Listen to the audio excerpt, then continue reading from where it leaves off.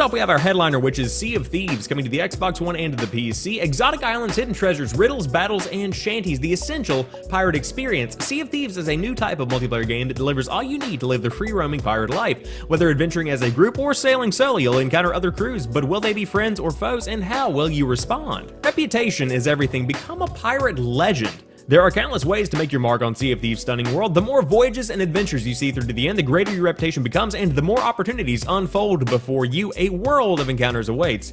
The ocean realm is an intriguing blend of ancient and new. Pirates from a bygone age, now little more than malignant bones, still guard the gold beneath its sands, even as fresh-faced adventurers set out to forge new legends. You'll cross paths with settlers too, plying their trades or looking to employ the skills of bold-faced seafarers to further their own agendas. So that's just a brief rundown of what you can expect to get from Sea of Thieves, but with my hands-on time with the beta, I must say that it is a fairly fun game. Now, I will say that I'm not going to be getting this one on day one, and that's much to the chagrin of a lot of people on my stream, because I just don't know how much content there's actually going to be with this game. Don't get me wrong, I want it to be a fantastic title, and I think that it will end up being that, but I've been bitten once too many times to go ahead and go all in on a game that does promise a fairly open world with a lot to do, albeit one that doesn't actually have much to do whenever it does come down to the actual raw elements of gameplay. That does not mean that I think Sea of Thieves is going to be a complete and total flop. I think it's going to be one of the best games on the Xbox One's generation overall. It's going to beat out a lot of the games that have come out and be on the top 10 list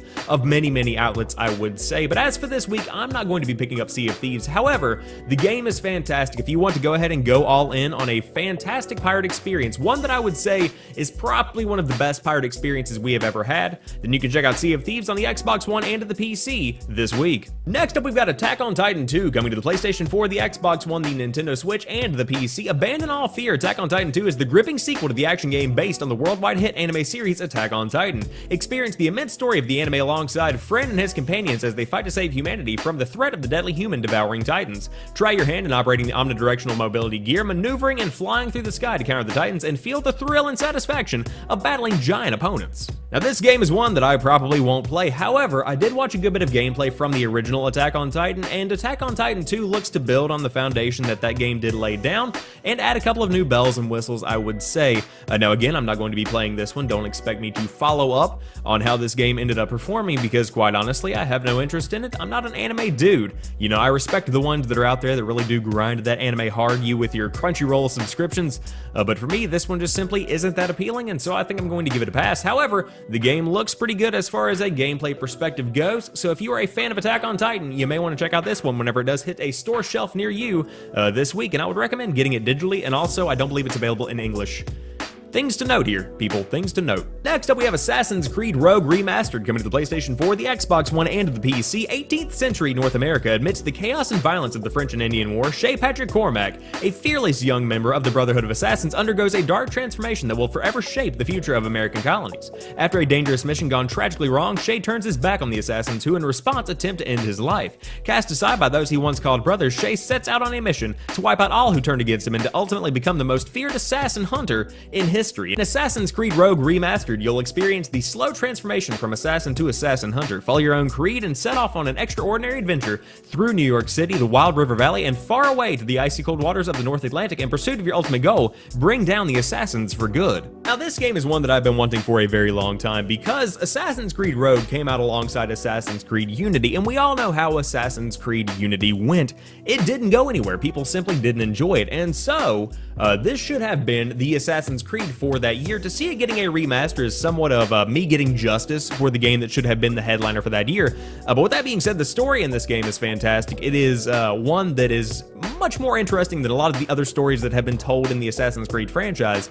And so if you want something that is definitely not your customary kind of Assassin's Creed game that takes you back to that revolutionary style game that we got with Assassin's Creed 3, I would highly recommend checking out Assassin's Creed Rogue Remastered this week on the PlayStation 4 and Xbox One. However, if you do just want to play the old version, it's fantastic on the Xbox 360 and PS3, and I believe it's on PC as well. And it really doesn't need a remaster. It looked pretty good, but to have it in 4K is certainly an upgrade. So if you are an early adopter of the PlayStation 4 Pro or the Xbox One S/X, 4K, baby. 4K. And finally, to wrap things up, a couple of honorable mentions. We have Tide the Tasmanian Tiger 3 coming to Steam Early Access, which actually is a game that came out in 2005 or somewhere around there. You can correct me in the comment section down below, or I may have done it already on this video right here.